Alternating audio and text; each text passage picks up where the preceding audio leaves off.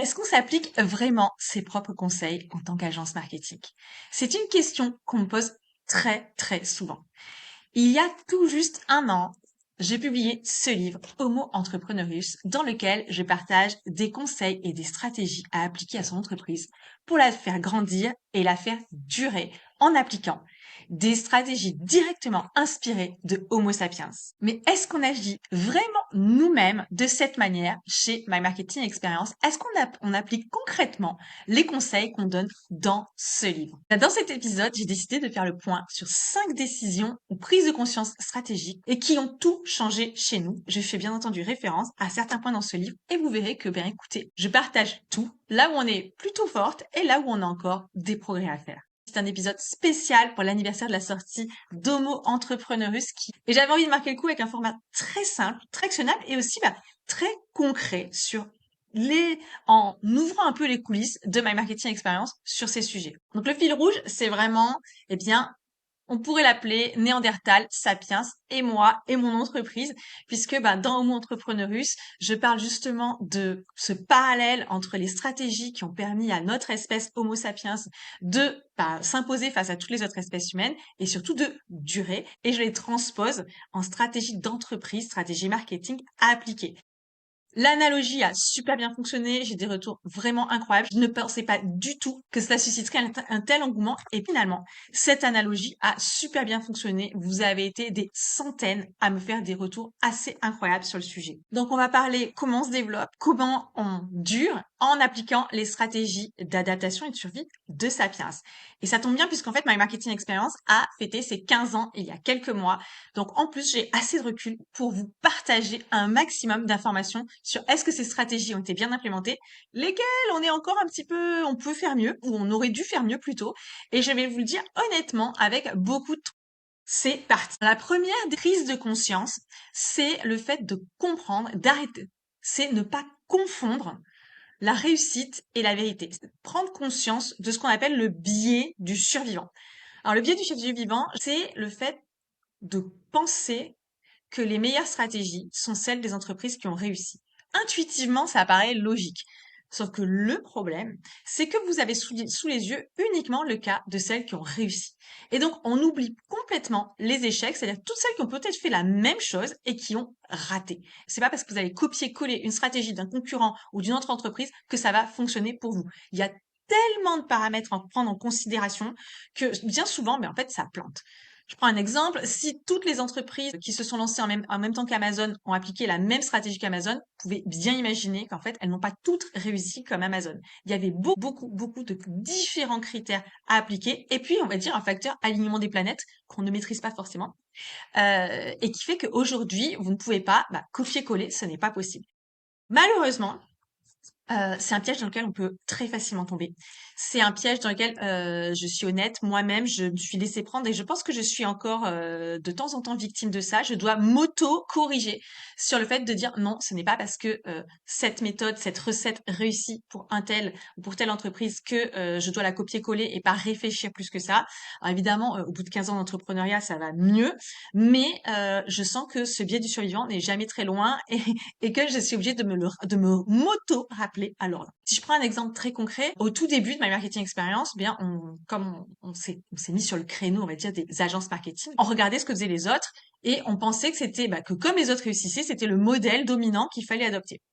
Mais en fait, on s'est aussi rendu compte que si on creusait, si on écoutait le marché, eh bien, il y avait des failles dans ce modèle qui pouvaient être des problèmes de qualité de conseil et d'indépendance du conseil.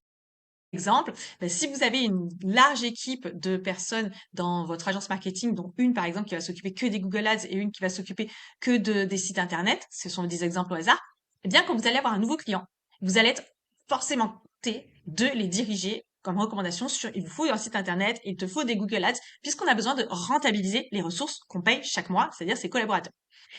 Malheureusement, ça veut dire perdre de l'indépendance dans le conseil et ça peut aussi avoir une perte de qualité. Donc finalement, la recette de la réussite des autres n'était pas forcément la recette de notre propre réussite parce qu'en plus, ce n'était pas aligné avec ce qu'on voulait faire. Donc on a fait des choix différents en termes de modèles. Ça ne veut pas dire qu'on ne travaille pas sur les sites internet ou qu'il n'y a pas de campagne Google Ads chez nos clients. C'est juste qu'on a trouvé un autre modèle avec beaucoup plus d'indépendance dans le conseil pour pouvoir, créer notre propre réussite. Pour vous, si vous voulez challenger là-dessus. Ce que vous pouvez regarder, c'est par rapport à des concurrents que vous avez ou qui ont échoué, lister pourquoi elles ont échoué. Ça vous donnera beaucoup plus d'informations sur comment vous pouvez faire mieux et donc vous donner plus de chances de réussir, plutôt que d'essayer de copier-coller des modèles, d'acheter des playbooks à suivre qui finalement ne vont pas nécessairement fonctionner pour vous. Deuxième prise de conscience et décision qu'on a prise chez My Marketing Experience issues de Homo Entrepreneurus, donc des stratégies de réussite de Sapiens appliquées à son entreprise, c'est le fait d'occuper un territoire et de revendiquer un territoire. Parmi les raisons qui expliquent le fait que notre espèce Homo sapiens est toujours présente et les autres espèces humaines ont toutes disparu, d'ailleurs toutes, c'est-à-dire qu'il y a 50 000 ans, on était encore 4 ou 5 espèces humaines sur Terre, différentes, dont Homo sapiens. Et ce qui est certain, c'est que plus il est parti, il s'est diffusé sur Terre, et moins il y a eu d'autres espèces, qu'est-ce qu'il n'y en ait plus du tout. Donc c'est vraiment, il y a un des facteurs qui saute aux yeux, c'est sa domination par l'occupation du terrain. Et ça veut dire quoi pour son entreprise? Ça veut dire que, bien sûr, il y a l'occupation de son terrain qui peut être géographique, si vous avez un business qui est physique. Ça peut être l'occupation du terrain dans les médias, l'occupation de l'espace, et aussi l'occupation d'un espace mental qui va être associé à ce qu'on appelle le positionnement en marketing. Donc il y a l'aspect vraiment occuper l'esprit de vos clients. Et plus votre entreprise va prendre une grande part dans l'esprit de vos clients ou c'est celle qui va dominer, plus vous avez de chances de réussir dans la durée. Ce n'est pas la seule, mais ça en fait vraiment lourdement partie. De plus en plus actuellement parce qu'on est dans on va dire un marché qui est de plus en plus saturé, qui est de plus en plus concurrentiel. Alors aujourd'hui, occuper un territoire, ne serait-ce par le positionnement, mais également par prendre la parole dans les médias pour être vu, c'est nécessaire et c'est une stratégie qui est extrêmement payante. En termes de retour d'expérience, chez My Marketing Experience, c'est un choix, cette logique d'occupation du territoire, on l'a eu très tôt. Il faut savoir qu'on n'était pas une grosse entreprise, mais ça ne nous a jamais empêché d'aller conquérir notre marché justement en étendant notre territoire et en marketing. Et on a choisi. Donc concrètement, ça s'est traduit par quoi? Ça s'est traduit par une stratégie multicanale, c'est-à-dire qu'on utilise plusieurs canaux pour communiquer de façon à être vu et avoir plusieurs points de contact avec nos prospects et nos clients. Par un positionnement également qu'on travaille très régulièrement et qu'on a toujours travaillé depuis plus de 15 ans qu'on existe pour continuer d'être pertinente et d'occuper cette place dans l'esprit de nos clients et de nos prospects. Alors évidemment, c'est pas 100% du marché, on n'a même pas cet objectif d'atteindre 100%, mais en revanche, de cultiver cette présence et de cultiver cette identification, c'est une de nos obsessions. On travaille également beaucoup notre marque.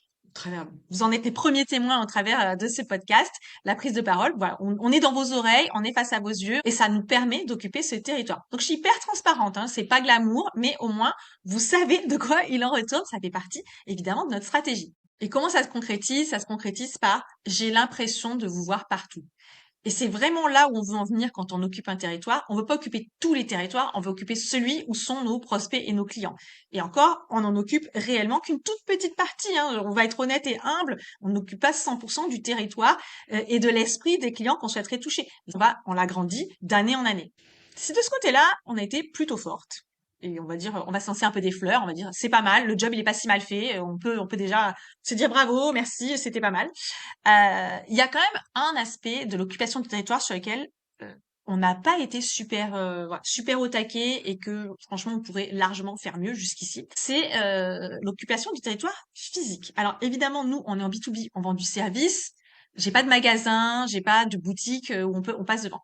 Mais le fait de participer à des événements, je parle des événements pro, du networking, des salons, toutes sortes d'événements physiques, eh bien, c'est une stratégie qu'on a très, très, très peu utilisée depuis 15 ans. Je vais être honnête, ça va choquer plein de gens, je le sais, j'assume. Mais il y a eu même certaines années où on en a fait zéro. Là, on commence à le refaire depuis, je dirais, 2, 3 ans, à le refaire, à sortir du digital et aller en présentiel. C'est très efficace. Et honnêtement, c'est même pas qu'une question d'efficacité, c'est que c'est agréable aussi, c'est sympa de rencontrer des gens. Et puis, quand les gens vous voient, ils peuvent penser aussi à vous. Mais on a une marge de progression qui est réelle sur l'occupation du territoire physique. Donc, on y travaille. Si je devais vous proposer une action aujourd'hui pour commencer à occuper votre territoire et vous dire comment, par quoi je commence, eh bien, la première chose, c'est travailler votre positionnement. On sous-estime la puissance de l'occupation d'un territoire mental chez les clients. Et puis ensuite, posez-vous la question sur comment je vais aller les chercher, sur quel territoire ils se trouvent, Je parle essentiellement de tout ce qui va être médias et communication, mais c'est vraiment une question à vous poser. La décision numéro 3, c'est le fait de miser sur l'adaptabilité plutôt que sur les prédictions. Alors, si je dois traduire ça en termes homo entrepreneurus, c'est que, en fait, on le dit souvent actuellement, et d'ailleurs, on est les premières à le dire hein, sur ce podcast, on vit dans un climat d'incertitude. On a l'impression que c'est quelque chose de relativement nouveau, alors qu'en fait, pas du tout. L'incertitude, c'est juste la norme. Il y a juste des niveaux d'incertitude qui vont varier. C'est-à-dire que en ce moment, c'est vrai que c'est plutôt haut, mais dites-vous bien qu'il y a plusieurs milliers d'années, on était déjà dans un monde relativement incertain. C'était pas un monde sûr et prévisible, et notre monde ne l'a jamais été, il ne le sera jamais. Et bien en fait, ce qui se passe, c'est qu'aujourd'hui, on pense que c'est possible de tout prévoir, que la data est reine et que si on est les meilleurs du monde dans la data, eh bien, on va pouvoir tout prévoir, savoir si je mets 1 euro là, il y en aura 10 qui vont sortir de l'autre côté. C'est pas vrai. En fait, on le sait, il y a plein de choses qui sont complètement imprévisibles. Vous pouvez regarder la majorité des entreprises qu'on pensait qu'ils ne pouvaient absolument pas disparaître, elles ont disparu. Je pense à BlackBerry, je pense à Nokia, je pense à Kodak, qui sont des exemples hyper connus. Mais des anonymes, il y en a encore plus. Il y en a des millions, des entreprises qui allaient très bien et qui, en quelques mois, bah, mon propos, c'est pas de vous faire peur, évidemment. Ce que je veux dire, c'est que la prévision et la prévisibilité n'existent pas vraiment et il faut en faire son deuil. Moi, je l'ai pas complètement fait. Je suis encore en deuil. Je serai peut-être en deuil pendant de très longues années encore. Ça permet quand même d'avancer et de prendre des décisions. Alors, si je dois faire le bilan, très honnête, donc je viens de vous le dire, non, oui, je déteste personnellement le fait que le monde soit imprévisible et qu'on ne puisse pas tout maîtriser et qu'on peut pas tout reposer sur la donnée. Mais d'un autre côté, on n'a jamais été trop victime de cet attentisme. Nous, ça nous est arrivé de faire des investissements assez risqué à des moments où enfin, ce qui pouvait sembler risqué à d'autres parce que c'était des montants relativement importants à des périodes où bah c'était pas jugé la meilleure période. On a aussi pris des décisions qui pouvaient sembler très bizarres de l'extérieur, notamment lancer un podcast quand c'était pas la mode, lancer au tout début, je parle d'il y a ça, il y a 10 ans, même plus de 10 ans, se lancer dans la formation en ligne qu'on a arrêté depuis hein, d'ailleurs. Donc on s'est lancé à la formation en ligne, on n'a pas attendu que ce soit la mode, on l'a fait parce qu'on se sentait. Voilà, on s'est pas empêché de faire des choses en se disant on attend de voir comment ça va évoluer et c'est de la même manière aujourd'hui avec l'intelligence artificielle. On s'est pas dit on va attendre comment ça va évoluer. On a adopté la chose et on s'est adapté à l'intelligence artificielle avant que ce soit avéré que c'est bon, ça va rester. Je pense que ne pas trop me tromper. Mais encore une fois, peut-être que je me trompe puisque on est dans un monde hyper imprévisible marqué par de l'incertitude. Donc, on a fait le choix de miser beaucoup plus sur l'adaptabilité et d'avoir un modèle qui s'adapte assez facilement et même relativement facilement en misant sur de la résilience. Alors, je vais pas faire le topo ici sur tout ce qui est résilience, mais on a vraiment mis en place au sein de notre entreprise une capacité à pivoter rapidement s'il le faut, à faire évoluer notre business model, à ne pas avoir trop de dépendance, que ce soit sur des ressources clés ou sur des outils, de manière à justement pouvoir s'adapter très rapidement. Et sincèrement, c'est la recommandation que je pourrais donner ou l'action que je pourrais vraiment vous conseiller le plus. C'est regardez un petit peu quel est votre niveau d'adaptabilité si demain il y a des grands changements, d'écouter les signaux faibles de votre marché. Ça, c'est un truc sur lequel nous on est hyper attentive. Des petits signaux qui peuvent être pas grand chose, mais qui finalement peuvent être de vraies tendances, des signes de changement sur votre marché et que si vous captez et si vous captez ces signaux un peu avant les autres, vous avez de plus grandes chances de prendre de bonnes décisions. Là encore, c'est pas des prévisions, c'est juste une capacité à capter des signaux. Alors, une autre décision, prise de conscience ou levier de réussite, je voudrais partager ici, c'est le fait d'activer son clan. Donc, notre espèce Homo sapiens est une espèce sociale. Évidemment, le lien était relativement évident avec le fait d'avoir une communauté, donc de clans, je l'ai transposé à l'idée de communauté, un sujet dont on entend très souvent parler aujourd'hui. Et dans quel piège on peut tomber quand on est dirigeant d'entreprise? C'est le fait de ne pas construire ce clan. Et qu'est-ce que j'entends par clan? Eh bien, par exemple, c'est le fait et je le vois dans beaucoup d'entreprises, c'est le fait de toujours aller chercher des nouveaux clients. et de pas sécuriser finalement son clan client qu'on a déjà ou de prospects qu'on a déjà, de toujours aller en chercher et finalement laisser partir les autres.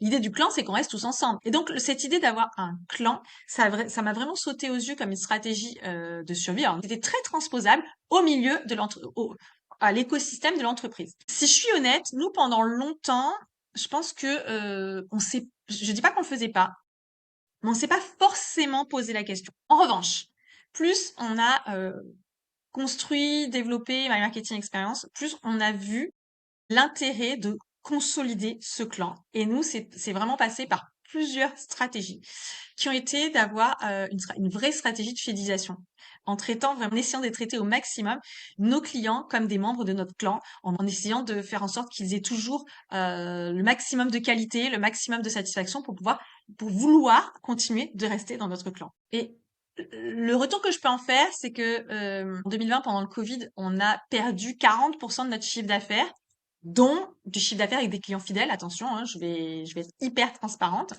Le fait d'avoir pu s'appuyer sur quand même un clan de clients et de prospects qui était très engagé, eh bien, on a traversé ça. Je dis pas facilement, attention, parce que c'est pas génial de perdre 40% de son chiffre d'affaires, mais en tout cas, ça n'a pas remis en question la survie de l'entreprise. Et ça s'est fait notamment grâce à nos clients fidèles qui sont revenus après, grâce à des prospects ou des clients qui étaient là avant et qui sont revenus après dès que ça allait mieux, mais également par de la recommandation. Ça s'est également fait par des partenariats qui étaient très solides et qui nous ont permis de tenir. Et vraiment, cette idée d'avoir un clan autour de soi et de l'entretenir, je parle pas juste d'un réseau, je parle aussi de ses clients, de ses partenaires, de ses collaborateurs, que ce soit des collaborations internes ou externes, d'avoir un socle très stable. Eh bien, en fait, c'est un levier de pérennité pour les entreprises. Il y a une étude qui a démontré que les entreprises familiales, elles étaient plus résilientes parce qu'en fait, elles ont une gouvernance qui est stable avec un clan et parce qu'elles savent nouer des liens avec les parties prenantes externes et internes plus forts que des entreprises qui ont un actionnariat, ou du moins qui ont une gouvernance plus fragmentée et surtout moins stable. Donc évidemment, si vous n'êtes pas une entreprise familiale, c'est pas grave. L'idée, c'est de vous inspirer de cette notion de clan pour le construire et le renforcer autour de vous. Donc l'action que vous pouvez prendre, c'est de vous poser sur qui est votre clan. Est-ce que vous l'entretenez comme il faut? Quelles sont les actions que vous pouvez faire concrètement pour les mettre en place? Une idée très simple. Voilà. Une newsletter, c'est rassembler son clan, même une fois par mois, avec de l'info à valeur ajoutée. Des événements physiques, c'est rassembler son clan. Passer des appels pour savoir comment les personnes vont, comment vos clients et prospects vont, ça fait partie aussi d'entretenir son clan. Dernière décision, prise de conscience issue des stratégies de Sapiens que on applique chez My Marketing Experience et j'en parle dans Homo Entrepreneurus. C'est le fait de raconter des histoires autour du feu. Alors, c'est le fait de raconter des histoires, ce qu'on va traduire en marketing par le storytelling. Alors, un des facteurs de réussite de notre espèce, c'est la capacité à rassembler, fédérer et faire bouger ce nombre élargi d'individus. C'est grâce à notre capacité à raconter des histoires, à créer des imaginaires collectifs, à les partager et embarquer et avoir des concepts abstraits. Une marque, c'est un univers imaginaire, abstrait, et pourtant qui rassemble. Vous prenez toutes les plus grandes marques, que ce soit en B2B ou en B2C, mais en général, elles sont plutôt du B2C quand même, il faut bien l'avouer. Elles ont un univers très fort auquel on va s'identifier et qui va vous raconter des histoires. En B2B, c'est le piège dans lequel on tombe le plus facilement, c'est le fait d'enlever l'histoire et de uniquement parler des fonctionnalités en se disant on est ultra rationnel de toute façon, on vend que du rationnel, des choses qui sont très mesurables et puis on va oublier toute la partie autour de l'histoire qui est pourtant la partie émotionnelle qui est la plus forte. Et ça, c'est clairement un piège. Alors, est-ce que chez My Marketing Experience, on est tombé dans ce piège? Non. Alors, si je suis hyper honnête, je dirais que non. On a tout de suite été sur le terrain de raconter des histoires, mais probablement pas autant que ce qu'on essaye de le faire actuellement. Et je dis essayer parce qu'à mon sens, on peut toujours faire mieux dans cet univers-là, surtout en B2B, où je pense qu'on a tendance à beaucoup se brider, à regarder les autres, à avoir peur, de peut-être casser les codes. Alors, je pense qu'on a fait un bon travail jusqu'ici sur le storytelling et que d'ailleurs en 2025, on a refondu notre branding, on a créé une page manifesto sur notre site internet dans lequel on affirme beaucoup plus de nos positions et on raconte l'histoire derrière My Marketing Experience. On met en avant et on parle beaucoup plus de choses personnelles qui sont des histoires qui sont vraies, hein, qui sont vraies, qui sont nos valeurs, mais ça a pris 15 ans. Je vais être honnête, ça a pris 15 ans. Donc évidemment, quand on y est allé, on a tout de suite commencé, mais ça a été relativement progressif.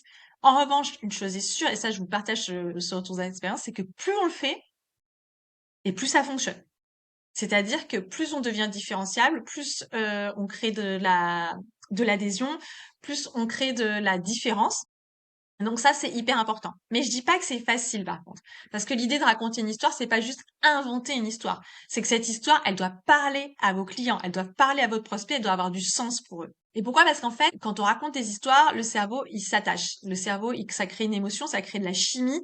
Et c'est ça qui va lui permettre d'associer votre nom, votre marque à ça j'aime ou ça j'aime pas. Et c'est ok d'ailleurs hein, s'il n'aime pas parce qu'on ne pourra jamais plaire à tout le monde. Donc si vous voulez passer à l'action sur cette partie storytelling, je dirais que les 3 premières choses à faire, c'est de se poser sur qui est votre marque, votre pourquoi votre marque elle existe, pourquoi votre entreprise existe, pourquoi vous faites ce que vous faites et quelle est la différence, en quoi vous faites différemment des autres. Vous pouvez aussi vous poser cette question que j'adore poser à des clients, c'est qu'est-ce que vous savez, qu'est-ce que votre entreprise sait et en quoi croit votre entreprise et que vos clients ne savent pas ou n'ont pas forcément conscience. Documentez ça au maximum.